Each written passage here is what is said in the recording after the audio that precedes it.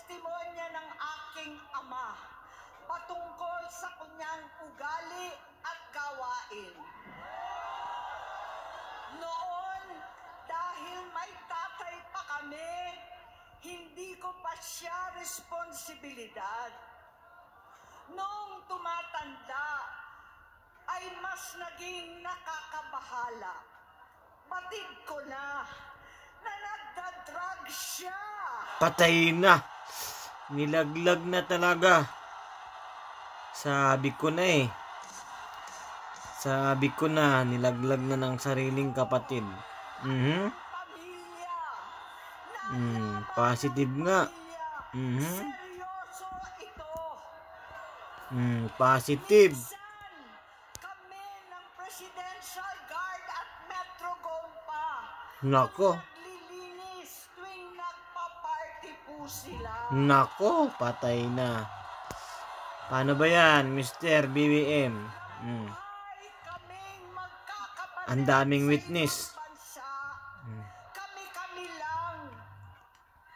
Kinumbinsi ko pa si Bongbong. Kaabang-abang to. Pakasalan mo na si Lisa.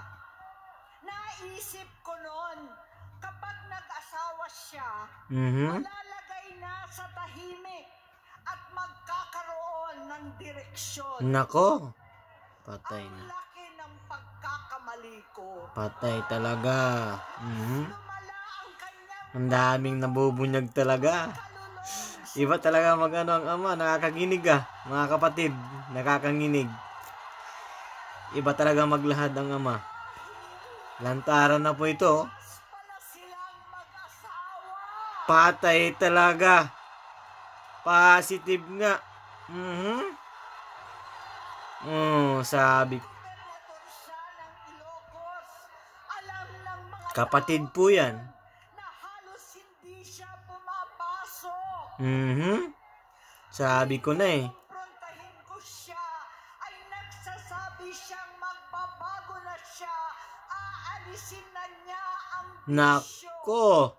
Hanggang sa Yari na. pagsumbong na naman sa akin na sa paggising pa lang sa umaga, kasabay ng almusal, marijuana pala. Kaya pala. Nako. Iwan na lang yan kung ano pang gawing hakbang yan. Hapon sila, Lantara na. lahat sila nagiinom. Sabi ko na eh. Gumagamit ng cocaine. Nako. Nako. Nakakanginig guys oh. Nakakanginig. Tulad ng ama ko, testigo ko ang mga barkada niya.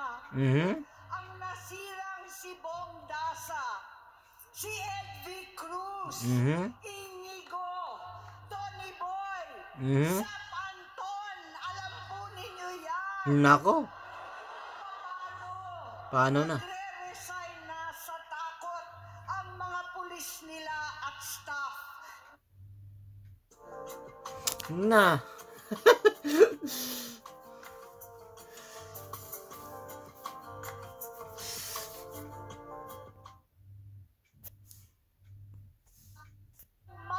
Mag-vice-presidente, hindi siya pinalad at lalong nagkaroon ng oras para sa bisyo. Di ba?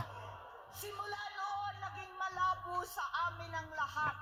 Kaysa mag-away, bigla na lamang lumayo ang loob namin sa isa't isa. Ayun.